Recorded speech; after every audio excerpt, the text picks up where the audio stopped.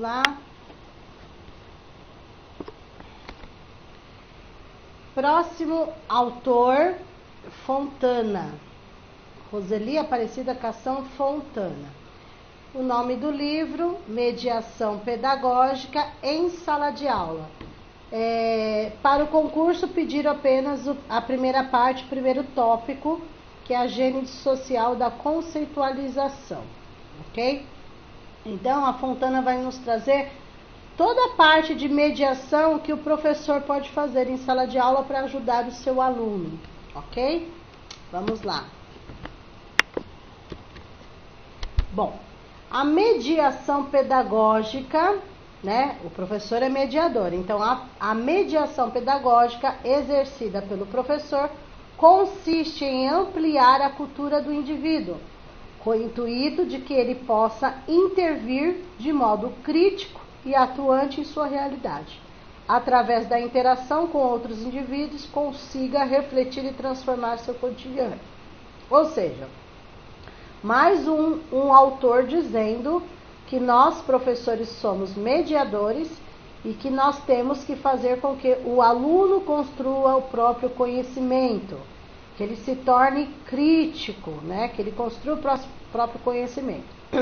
Aí na primeira parte, já no primeiro parágrafo, vocês têm várias palavras-chave. Além de mediação pedagógica, vocês têm crítico, vocês têm interação, né? Transformar o cotidiano, ok? Continuando. Considera-se que este papel de interação social, outra palavra-chave, no desenvolvimento humano, sempre mediado pelo adulto, no caso sala de aula o professor, será responsável pela formação do pensamento e depois de internalizado constituirão o comportamento tipicamente humano. Na relação presencial, é o professor quem atua como mediador pedagógico entre a informação passada e a aprendizagem por parte dos alunos, levando-os à reflexão, palavra-chave, participação, palavra-chave, e relacionamento com os conteúdos, com o contexto social dos alunos. Através da mediação, o professor torna-se, vamos lá, gente, olha quantas qualidades de um professor aí, características aí. O professor se torna facilitador, incentivador e motivador. 3 palavras-chave aí sobre o professor. Além de mediador, né, que é o foco principal, entra facilitador, incentivador e motivador. Então, o professor precisa ser tudo isso. Facilitar, ajudando, né, incentivando os alunos a não desistir, motivando através de aulas dinâmicas, enfim, deste aprendizado. Perfil bem diferente do professor autoritário, dono do saber, responsável apenas pela transmissão do conhecimento. Então vejam, a Fontana, ela faz uma crítica em relação aos professores autoritários, tá? Ela deixa bem claro assim: professor deve ter autoridade, diferente de ser autoritário, tá? O aluno tem que entender que você é autoridade na sala de aula, porém, ele pode contar com você, você vai facilitar o aprendizado, incentivar, motivar, você vai mediar para que eles construam o próprio conhecimento, porém, não de forma autoritária. O professor não é dono do saber, ele não transmite conhecimento, é uma troca, né? O conhecimento reflexivo é gerado de forma mais clara quando o ensino está entrelaçado às experiências de quem aprende, ok? O papel da escola é muito importante aí. A escola, em seu papel social, deve levar autonomia. Apesar da escola ter esse papel, é o professor em sala de aula que fará isso, mas a escola precisa ter o seu papel social. Deve levar autonomia a seus alunos, preparando-os para a cidadania. Lembra que na lei nós temos lá um dos objetivos da educação é o exercício da cidadania. E a autora está falando justamente isso, né? fazer com que os alunos sejam críticos, que os alunos sejam autônomos e sejam formados, né, cidadãos, ok? Tudo que envolve a formação do cidadão, ok? Vamos lá, continuando. Na obra, então, de Fontana, ela apoia-se na abordagem histórica-cultural do desenvolvimento humano, tá? A autora, essa Fontana, apesar de ela ter feito uma pesquisa, né, ela se baseou também em pesquisas do Vygotsky, em pesquisas de Bakhtin, né? Ela cita no seu livro esses autores, ok? Vamos lá. Mostra aspectos da importância social da escola e do trabalho pedagógico. Então, ela tem dois lados aí que estão juntos. Ela foca na função social da escola, né, que é formar aquele aluno para sociedade. Então, vai ter que trabalhar o exercício da cidadania, que o aluno se torne crítico, que o aluno se torne autônomo, e isso vai depender do trabalho pedagógico de quem? Do professor, tá? O professor é mediador, facilitador, incentivador, motivador, tendo por base situações vivenciadas no cotidiano da sala de aula. Ela centraliza seu foco de interesse sobre o modo como se desenvolve o processo de apropriação e elaboração pela criança dos conceitos sistematizados na dinâmica contraditória da prática educativa escolar. Então, o que ela pede? Ela pede o que muitos autores já pedem, né? Aulas dinâmicas, diferenciadas, recursos, a sua metodologia conta, enfim. Seu livro é dividido em duas partes. A primeira parte, a autora aborda dimensões intersubjetiva e discursiva da conceitualização, apresentando e discutindo a psicologia histórica-cultural do Vygotsky e a teoria da enunciação de Bakhtin. Delineia também as opções e fundamentos metodológicos do estudo empírico que foi realizado e compartilhado com a professora e os alunos do terceiro ano do primeiro grau, ou seja, terceiro ano do ensino fundamental. Então, o pensamento, assim, a pesquisa que ela fez do Vygotsky, a pesquisa que ela fez sobre Bakhtin, ela aplicou, por isso que é uma pesquisa que ela fez, por isso que ela montou o livro, ela aplicou em alunos do terceiro ano do ensino fundamental. E na outra parte, ela retoma vários episódios desse cotidiano e busca analisar a emergência e o desenvolvimento das elaborações e intrapsicológicas do conceito de cultura na dinâmica das interações e interlocuções produzidas na sala de aula.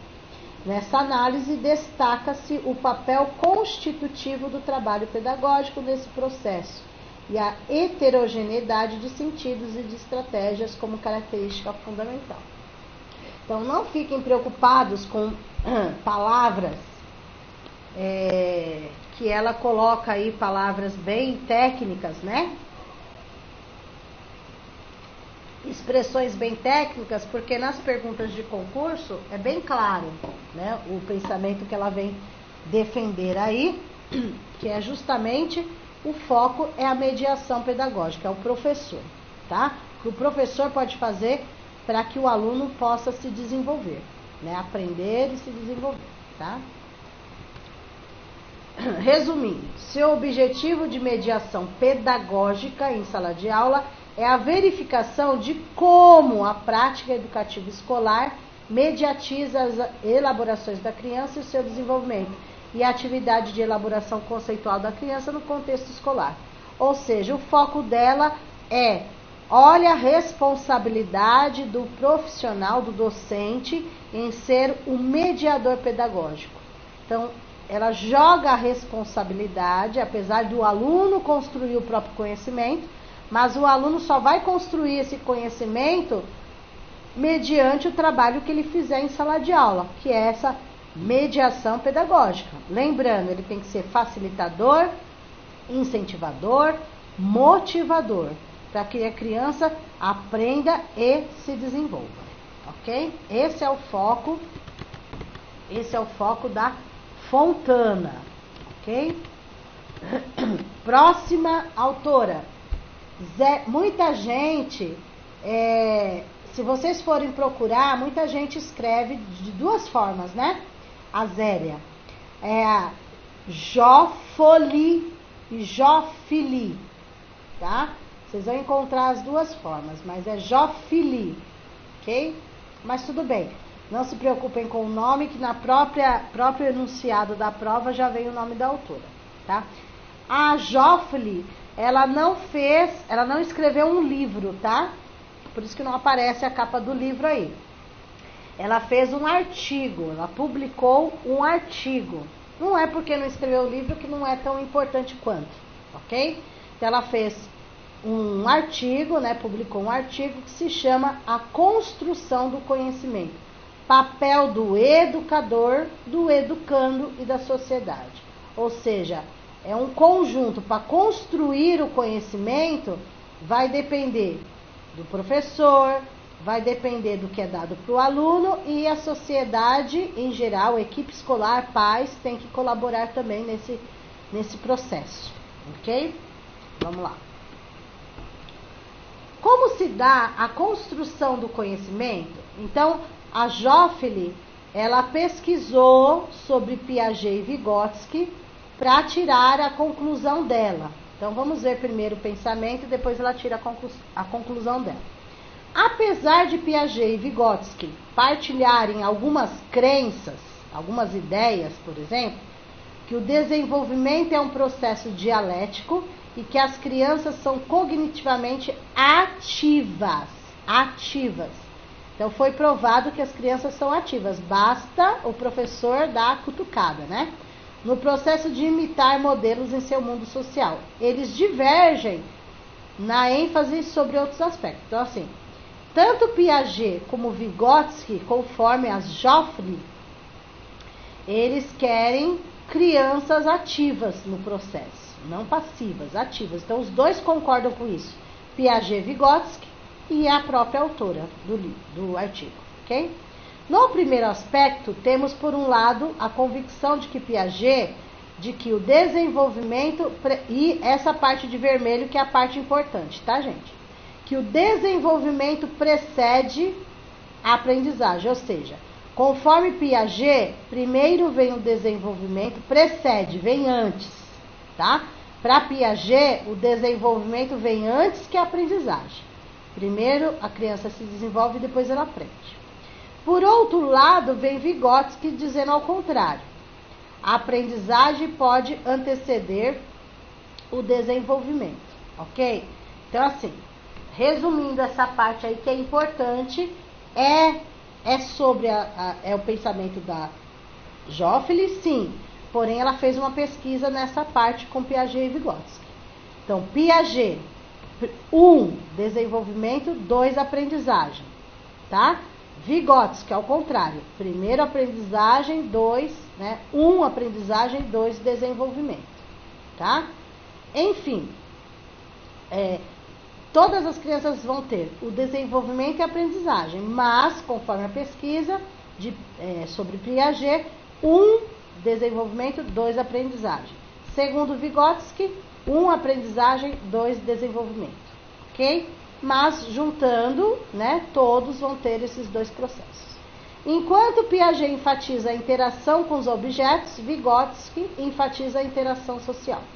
Por que Piaget enfatiza interação com os objetos? Porque ele, lembra lá? Ele é biológico, ele é genético. Então, a interação vão ter não só pessoas, né? Conforme Piaget, interação com objeto. Objeto, qualquer tipo de objeto conhecimento. Já Vygotsky enfatiza que depende da interação social, porque ele é interacionista. Então, isso vocês têm que lembrar.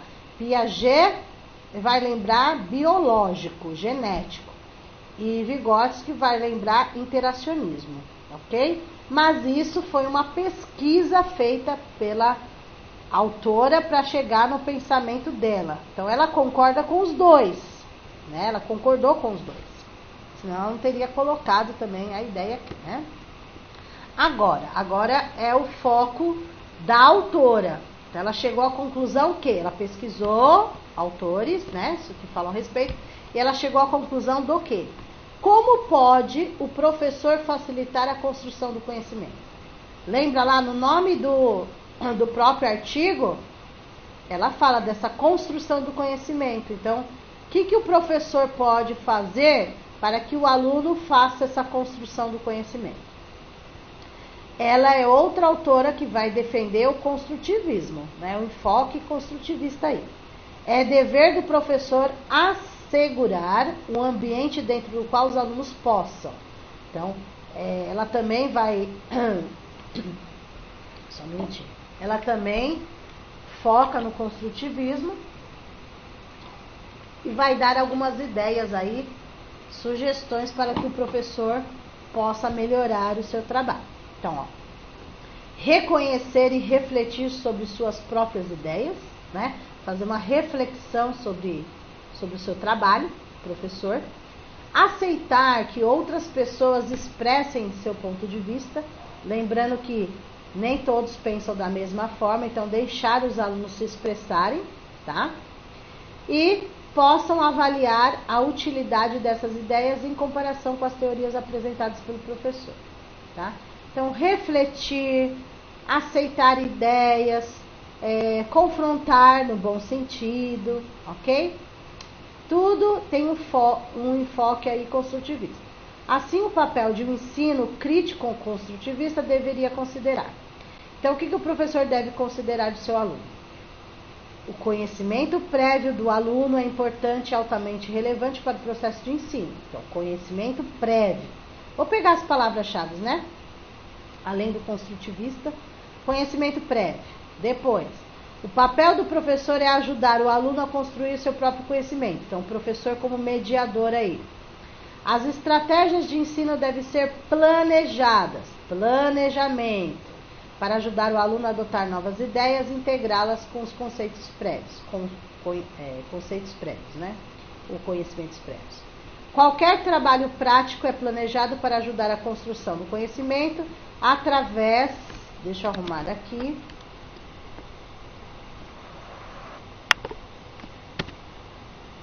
através da experiência, vamos lá, continuando. Através da experiência do mundo real e da interação social, capacitando a ação. O trabalho prático, depois eu faço o resumo. O trabalho prático envolve a construção de elos com os conceitos prévios no processo de geração, checagem e reestruturação de ideias. A aprendizagem envolve não só a aquisição e extensão de novos conceitos, mas também sua reorganização e análise crítica. A responsabilidade final com a aprendizagem é dos próprios alunos. Então vejam, o resumo dela, né? Agora é o pensamento da própria autora. Ela pesquisou isso, pesquisou aquilo, agora é o pensamento dela. Então, fica a responsabilidade, né, de aprender, de construir, aliás, o conhecimento é do aluno. Porém, essa construção do conhecimento vai depender do papel do professor. Então, o professor tem que ser o mediador, o professor tem que planejar, o professor tem que valorizar os conhecimentos dos alunos, certo? Tudo isso, o professor tem que fazer uma reflexão crítica sobre sua própria prática. Tudo isso vai ajudar para que chegue no objetivo, que é uma aprendizagem significativa do ensino-aprendizagem, certo? Então, aqui ela vem colocando que a responsabilidade da construção do conhecimento é do aluno e o professor será muito, né? O mediador de todo este processo. Então, aqui respondendo a pergunta, ela mesma responde. Como pode o professor facilitar a construção do conhecimento? Sendo um professor com aulas dinâmicas, planejando, sendo mediador, fazendo a intervenção. Deu para entender? Então, ela é totalmente construtivista aí.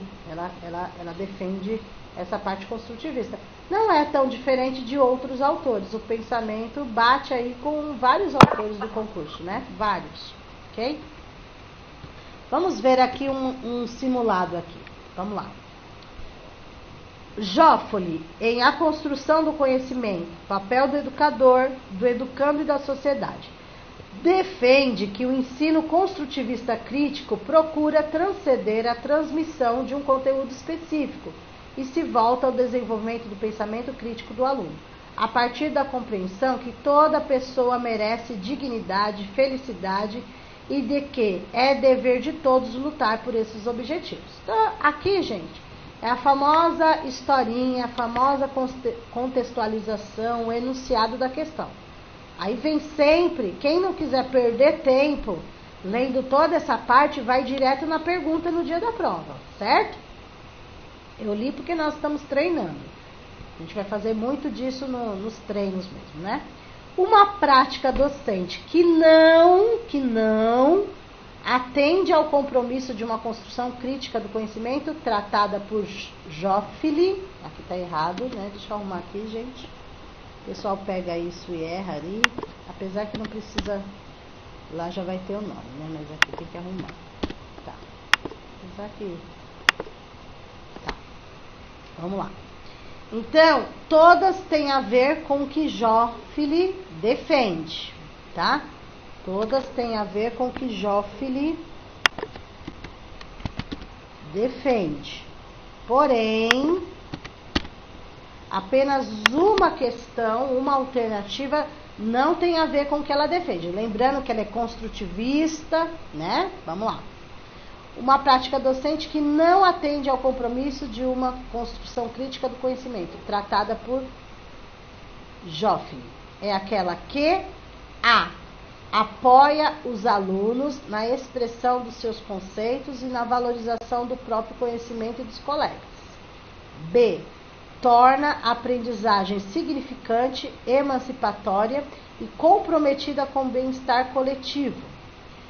C. Introduz o diálogo crítico entre os participantes e busca respostas para os problemas colocados. D. Oferece o ensino de receitas prontas e dispõe no ambiente as condições para o aluno construir espontaneamente o seu conhecimento. Ou E. Conduz a classe dentro de um processo democrático de aprendizagem e de criticidade nas proposições. Ou seja, nós temos 4 alternativas que estão dentro do pensamento da autora, construtivistas, certo? Apenas uma não tem nada a ver com construtivismo. Qual é? A, B, C, D ou E. Ou seja, qual delas tem palavras negativas, só negativas? Ô, louco, já? O professor Diogo já colocou aqui, que vocês estão marcando aí. A alternativa D, né? É a única que está incorreta, que não vai de encontro ao pensamento da autora, é a D. Não existe receita pronta, né, gente? No ensino não existe receita pronta e aí tá falando ao contrário. Tudo bem? E ela defende que o aluno vai construir o próprio conhecimento e o professor é o mediador. E aí fala, o aluno constrói espontaneamente o seu conhecimento, né? Então, ele vai construir o próprio conhecimento, porém, tem que ter a mediação aí do professor, ok? Vamos lá, deixa eu ver se tem mais alguma. Não, só tem uma questão. Peraí, gente.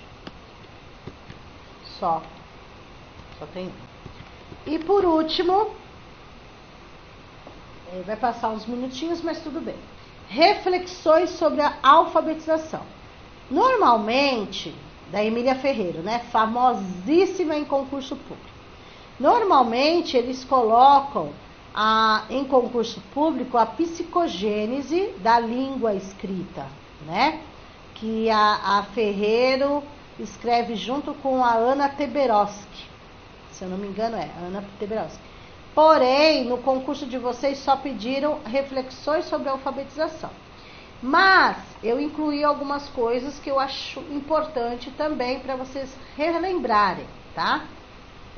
Vou focar no que eles perguntam no concurso, porém eu coloquei algumas coisas a mais para vocês relembrarem, para a gente fechar os autores de PEB, ok? De PEB. Vamos lá? Emília Ferreiro, conhecidíssima em concurso público, reflexões sobre alfabetização. A autora faz uma análise sobre a alfabetização, fazendo-nos repensar a nossa prática escolar, na qual se baseia em experiências vivenciadas por ela e por outros colaboradores. Então, ela escreveu esse livro baseando o quê?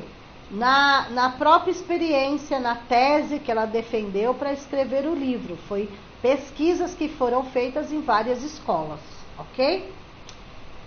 Em primeiro momento, a autora aborda a representação da linguagem e o processo de alfabetização. São os dois focos da autora, enfatizando a importância dos dois polos do processo de ensino-aprendizagem. Quais são esses dois polos? Quem ensina e quem aprende. Apesar de ser uma troca, né? Professor ensina e aprende, aluno também pode ensinar e pode aprender, ok? É uma troca. Alerta que o conhecimento, que é um objeto de ensino, precisa se tornar um objeto de aprendizagem. Não só ela, mas tem outra autora que fala isso também, tá? Então, gente, tudo que você vai ensinar para o seu aluno, então aqui no caso, a gente vai pegar o que ela já fala, que é a alfabetização. A alfabetização né? O aluno tem que aprender a ler e escrever. Alfabetização, certo? O conteúdo que eu tenho que dar é a alfabetização, tá? A alfabetização é um objeto de ensino. Não só a alfabetização. Tudo que você vai ensinar é um objeto de ensino. Qualquer conteúdo que você tenha que dar é um objeto de ensino. Tudo, tá? Não importa se é da base comum, não importa se é parte... É um objeto de ensino. Porém, depende de nós, professores, transformar todo o objeto de ensino em objeto de aprendizagem. Tá? Objeto de ensino é o que eu tenho que ensinar. Objeto de aprendizagem é o que eles aprenderam, certo? Então, a alfabetização. A alfabetização é um objeto de ensino. Será que todos vão atingir o objeto de aprendizagem? Para isso vai depender do professor, como que ele vai alfabetizar esses alunos, né? Que responsabilidade aí, né, gente? Certo? Vamos lá. Então, o foco, quem ensina e quem aprende. E transformar o objeto de ensino em objeto de aprendizagem. Tudo isso precisa refletir a nossa prática para que isso aconteça. Continuando. Seguindo sua análise, a autora fala que a escrita pode ser considerada como sistema de representação da linguagem, ou como código de transcrição gráfica das unidades sonoras, onde faz algumas considerações em que consiste essa diferença, na qual diz que na codificação, tanto os elementos como as relações já estão pré-determinados, e no caso da criação de uma representação, nem os elementos e nem as relações estão pré-determinados. Eu vou explicar, tá? A autora diz ainda que se a escrita é concebida como sistema de representação, sua aprendizagem se converte na apropriação de um novo objeto de conhecimento, ou seja, em uma aprendizagem conceitual. Mas, se a escrita é concebida como código de transcrição, sua aprendizagem é concreta, como a aquisição de uma técnica, certo? Por isso que ela fala transformar o objeto de ensino em objeto de aprendizagem. Ou seja, não basta, vamos lá, não basta apenas o aluno que está sendo alfabetizado, ele saber que aquilo ali é o desenho da letra, né? A forma gráfica, ou seja, a letra A. Não basta ele saber que é o desenho da letra A. Ele tem que transformar aquele desenho na prática. O que eu posso fazer com essa letra A? Eu posso transformar a letra A em abelha, em amora, em amor, né? Enfim, tá? Então, ela fala que tem os dois lados. Eu tenho que ensinar as duas coisas para o meu aluno. A representação da linguagem, a gráfica, né, da letra. Então, por isso que ela fala que não adianta só a parte conceitual, né? A aprendizagem deve ser concreta, ok? Vamos lá. Num segundo momento, a autora aborda as concepções das crianças a respeito do sistema de escrita, onde deixa claro a importância das produções espontâneas, nas quais podem ser chamadas de garatujas.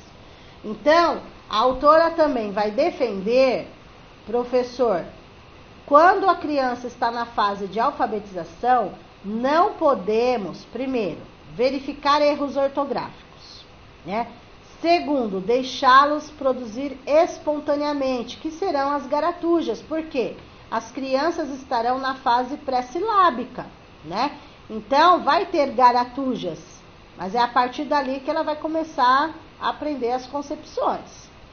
Tá? Deixa eu só arrumar aqui, gente, uma palavra errada. Deixa claro, não clara. Tá vendo? A gente vai olhando. Certo? Então, essas produções espontâneas das crianças, nós temos que dar importância a isso. Ah, é só uma garatuja, ela não sabe fazer nada. Ela está na fase de alfabetização. Então, isso é importante para a criança. Tá? Segundo a autora, a criança não aprende submetida ao ensino sistemático, mas sim a toda a produção desenvolvida por ela. Ou seja, não adianta só a parte teórica, é assim, assim, assim. Não, tem a parte prática. Então, ela vai aprender produzindo, ok? Que pode representar um valiosíssimo documento que necessita ser interpretado para poder ser avaliado, dando ênfase não só nos aspectos gráficos, mas sim nos aspectos construtivos, certo? Então, aspecto gráfico, essa é a letra B. Construtivo, o que eu posso fazer com a letra B? A letra B vai se transformar no ba, vai se transformar na bola, na bala, enfim, certo? Vamos lá. Segundo ela, as crianças de um certo momento dedicam um grande esforço intelectual na construção de formas diferenciadas entre as escritas. Essas diferenças são inicialmente intrafigurais e consiste em atribuir uma significação a um texto escrito. Gente, elas vão começar sempre lá, tirando os alunos que já vieram, né? Pode acontecer, não é o correto na lei. A alfabetização começa a partir dos 6 anos, tá?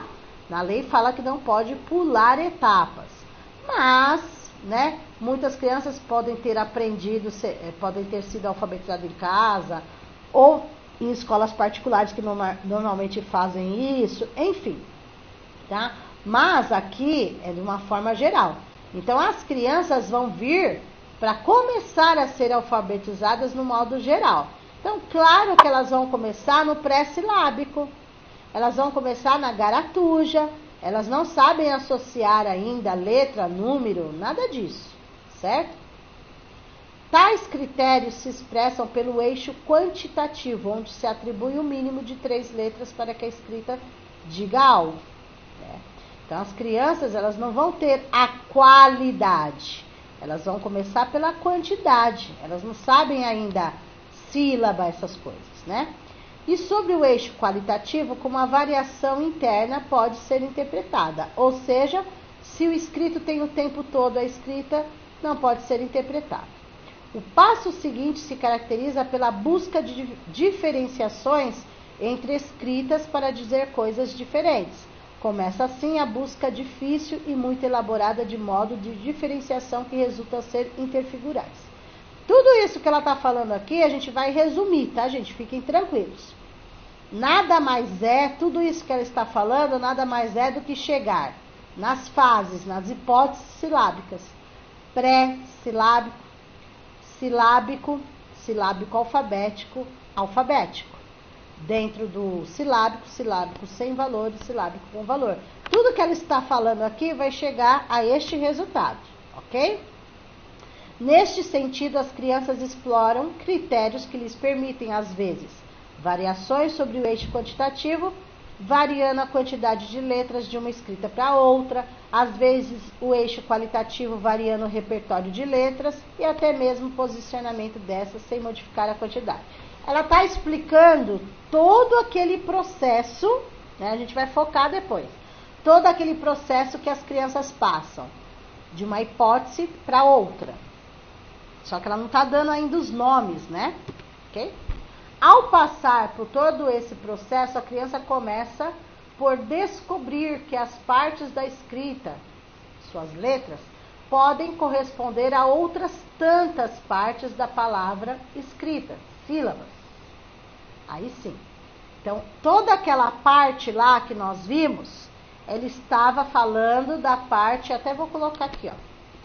Toda aquela parte, aquela introdução. Deixa eu colocar aqui para a gente não esquecer. Toda essa parte, ela está se referindo à fase pré-silábica, né? O aluno ainda não tem concepção. Tá? Ele está se referindo à parte pré-silábica aí. Opa.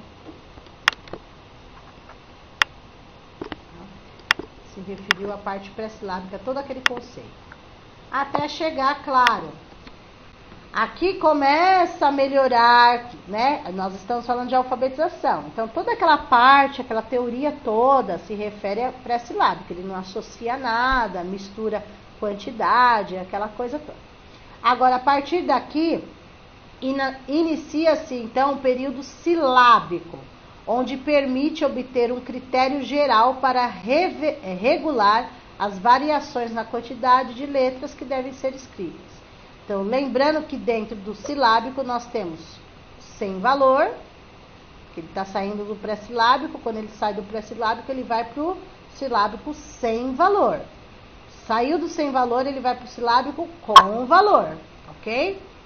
Depois chega até o período do silábico alfabético, que marca a transcrição entre os esquemas futuros em via de serem construídos. Neste período, a criança descobre que uma letra não basta para representar uma sílaba e que a identidade do som não garante a identidade de letras e nem a identidade de letras a dos sons. Complicado, mas a gente vai descomplicar a fala dela daqui a pouco. Dando sequência, Emília Ferreiro fala sobre a polêmica em relação aos métodos utilizados no processo de alfabetização. Por quê? Nós temos os métodos analítico, sintético, fonético ou fônico, né? E misturando tudo também, tá? Deixando claro que nenhuma dessas discussões levou em conta as concepções das crianças sobre o sistema de escrita. E sim, levou em conta como que o professor ensina. Deste modo, para ela, os métodos não oferecem nada mais do que sugestões. Lembre-se, gente, cada professor... Por que são sugestões?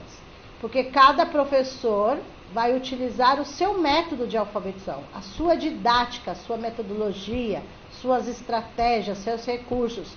O professor, ele tem autonomia de escolher. Eu vou explicar cada um deles, mas o professor tem autonomia.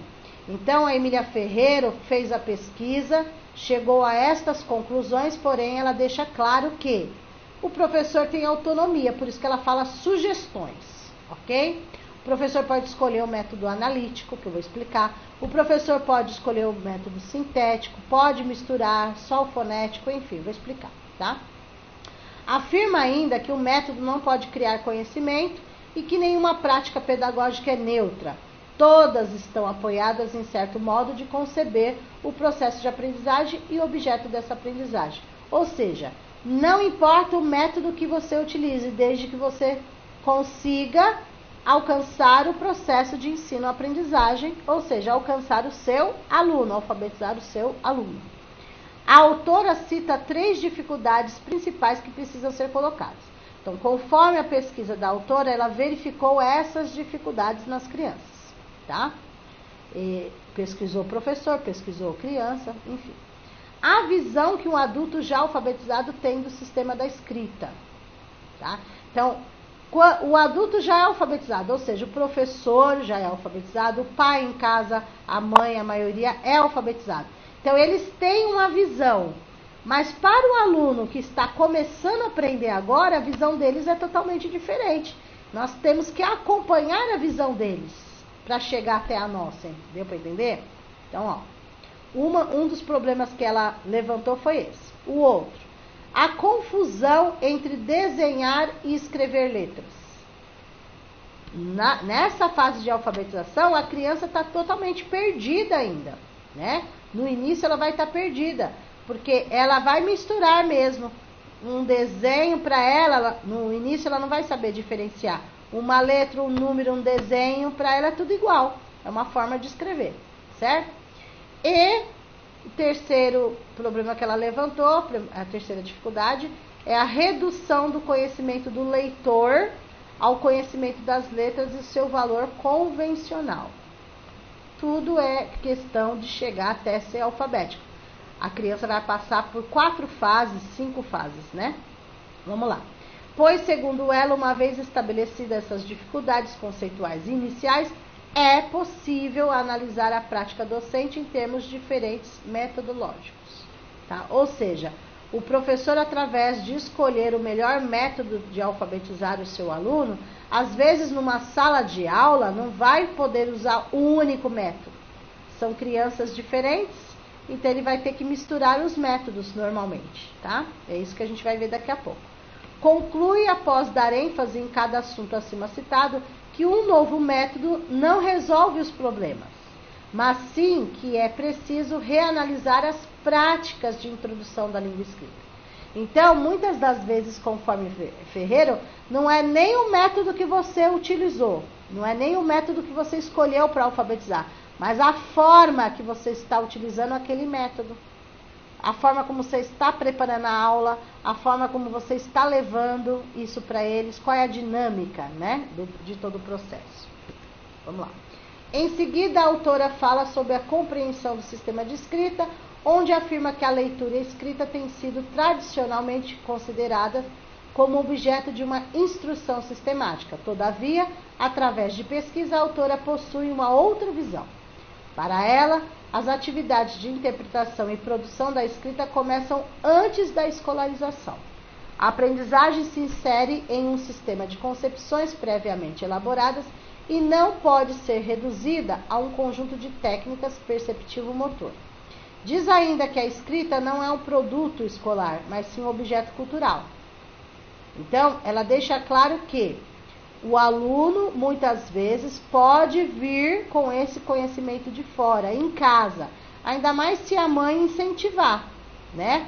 Lembrando que ele vem, muitas vezes, letrado, com letramento, mas não alfabetizado. Mas tem crianças que vêm, sim, alfabetizadas, tá? Então, se é um objeto cultural, a criança tem que entender também que ela vai ser alfabetizada, ela está aprendendo a ler e escrever, não só para dentro da sala de aula, porque é um objeto cultural. É a leitura de mundo, né, digamos assim. Ela está aprendendo a ler e a escrever porque ela vai usar isso na vida dela. Na vida dela. Ela vai precisar disso não só para a sala de aula, né? Então, vai precisar para fazer uma cartinha para a mãe, um bilhete, uma lista de supermercado, ler a placa de uma rua, enfim, infinitas coisas, né? Resultado do esforço coletivo da humanidade que existe um processo de aquisição da linguagem escrita que precede e excede os limites escolares. Ou seja, quando fala precede e excede os limites escolares, que não pode só achar que ela vai aprender a ler e escrever porque ela está na escola. Não, ela vai usar isso para fora da escola, tá? A autora enfoca que a escola pode cumprir um papel importante no que se refere à aprendizagem. No entanto, este papel não deveria se dar inicialmente todas as chaves do sistema alfabético, mas sim criar condições para que a criança descubra por si. Emília Ferreiro diz ainda que, apesar da escola ser uma instituição social para controlar esse processo de aprendizado, sendo assim, a aprendizagem deve realizar-se na escola. A criança, desde que nasce, é construtora do conhecimento. No entanto, para ela, deve-se abandonar a ideia de que nosso modo de pensar é único. Ou seja, o aluno só vai aprender nesse método. Eu vou ensinar até o final do ano esse método e não vou mudar. Não. Fazendo-nos adotar o ponto de vista do sujeito em desenvolvimento. Então, nós não podemos esquecer que o aluno, o educando, é um sujeito em desenvolvimento. Ok? Terminando aí, No caso da leitura e da escrita, a dificuldade de adotar o ponto de vista da criança foi tão grande a ponto de ignorar suas próprias produções escritas. Então, na pesquisa que a autora fez, muitos professores estavam ignorando a produção inicial da criança, lembrando que ela está no início da alfabetização. Aquilo é muito importante para ela, né? Que há pouco tempo eram consideradas meras garatujas.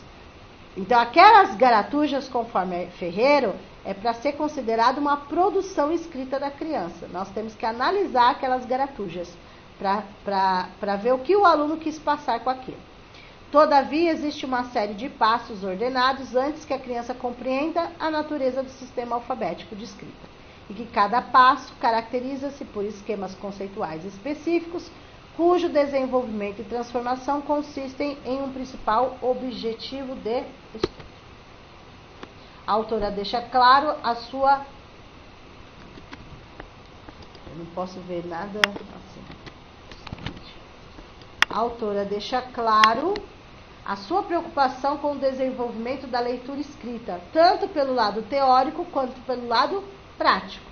Segundo ela, o analfabetismo ainda hoje é um grave problema e cabe ao sistema ser mais sensível aos problemas das crianças e mais eficiente para resolvê-los, se quisermos reverter esse quadro.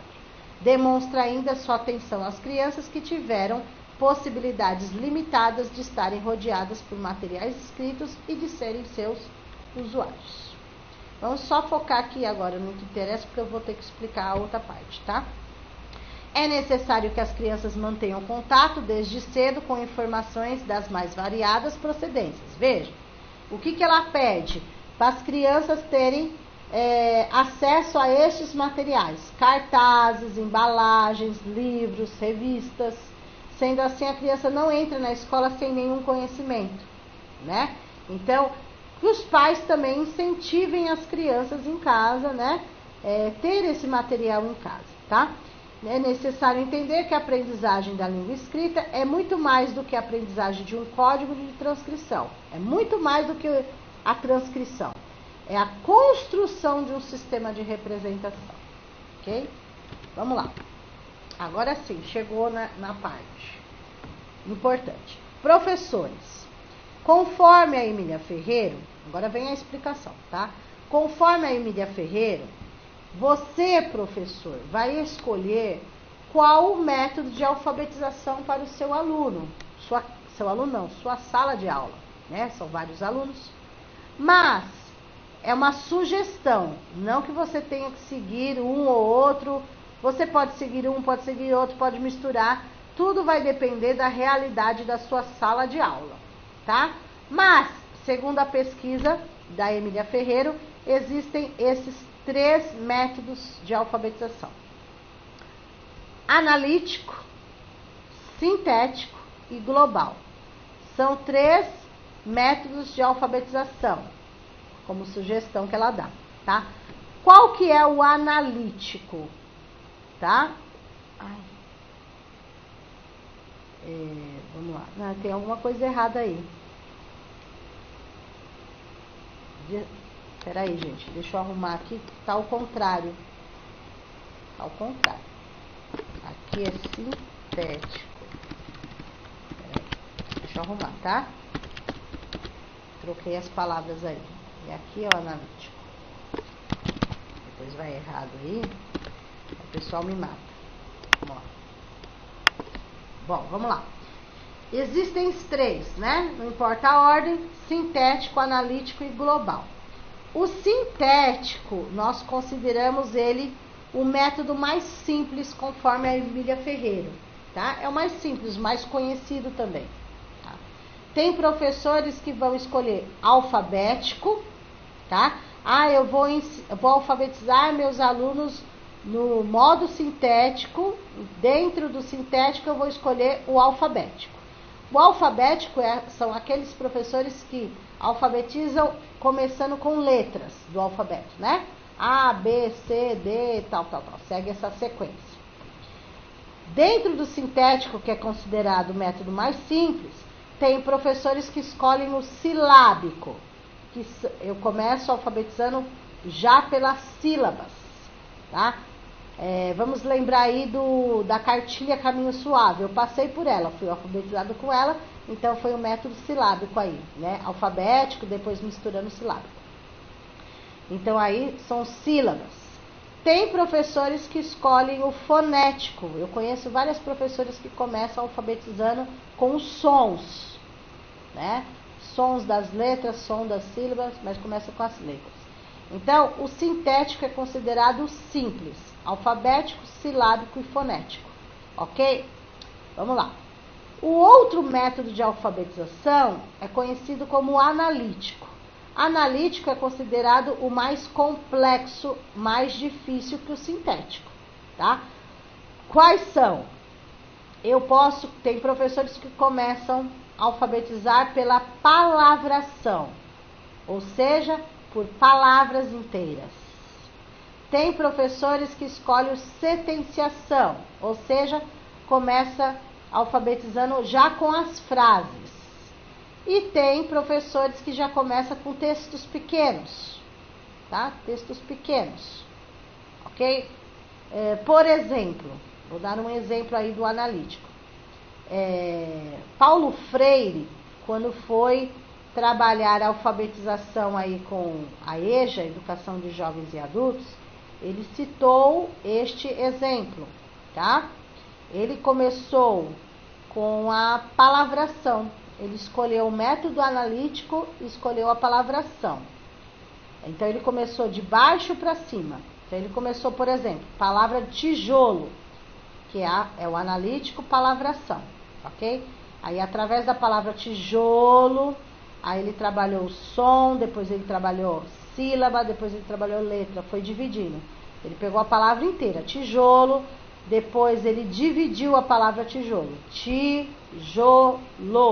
Foi trabalhar as sílabas da palavra tijolo. Depois ele separou todas as letras e assim foi, tá? Um exemplo. E o global? Qual é o método global? O método global mistura o sintético com o analítico. Então, conforme a Ferreiro, não há um método certo ou errado. Você que tem que ver qual o melhor método. Se seu aluno está sendo alfabetizado com aquele, maravilha. Não tá? Mistura. Vai ter alunos que vão conseguir nesse, tem alunos que vão conseguir com aquele, aí depende, tá? Mas o que vocês têm que saber é o seguinte: existem, conforme foi falado pela Emília Ferreiro, os 3 métodos de alfabetização aí: sintético, analítico e global, os 3, tá? Global mistura tudo. Sintético é o alfabético, silábico, fonético, e o analítico, palavração, setenciação e texto. Tudo bem? Continuando aí. Aí, tudo aquilo, toda aquela fala da Emília Ferreiro se resume aqui. A gente não vai entrar profundamente nisso, porque o livro que trata sobre isso não é o que cai no concurso. Este, da Emília Ferreiro, é Reflexões sobre a Alfabetização. O outro, que é a Psicogênese da Língua Escrita, que daí vai explicar passo a passo cada um desses, tá? Então, aqui, toda aquela fala dela, só para resumir que existem essas hipóteses silábicas. Ou seja, a criança entra na escola pré-silábica, ou pré-silábico, tanto faz, tá? Que é conhecido com a sigla PS, né? Pré-silábico, que é onde faz garatuja, aquelas coisas. Depois a criança passa para o silábico, que dentro do silábico existe uma divisão. SSV, que significa silábico sem valor, e o SCV, silábico com valor. O SA, que é o silábico alfabético, e o A, que é alfabético. Claro, alfabetizou não vai parar por aí, porque daí tem que trabalhar pequenos textos, depois interpretação e aquela coisa toda, tá? Mas resumindo, as hipóteses silábicas são essas. Toda aquela fala dela, né, é que as crianças passam por todas essas fases aí, tá? São 4 hipóteses silábicas. Tem alguns livros que falam que são 5, porque tem livros que dividem o silábico sem valor do silábico com valor. Mas ambos fazem parte do silábico, tá? Tem essa subdivisão aí. Tudo bem? Mas, para o concurso, professora, para o concurso, eles não vão pedir para explicar isso daí, porque se fosse o outro livro dela, pediria, né? Para dar exemplo, para vocês encontrarem pré-silábico, tal. Mas não. O máximo dessa parte que pode cair é vocês encontrarem na alternativa correta as hipóteses silábicas do que ela fala durante toda a fala dela do livro. São essas as hipóteses silábicas. Tá? O que pode cair? Quais são os métodos de alfabetização? Sintético, analítico e global. E essa fala aqui, que cai muito em concurso. Cadê a fala? Que o objeto de ensino precisa ser transformado em objeto de aprendizagem. E que o ensino-aprendizagem não é só um código de transcrição, né? Não é só o código, só o símbolo, não. Ele vai ser transformado em linguagem, tudo bem? Okay? E aí termina nossa famosa Emília Ferreira. Deixa eu só terminar de gravar aqui, um minutinho. Vamos ver.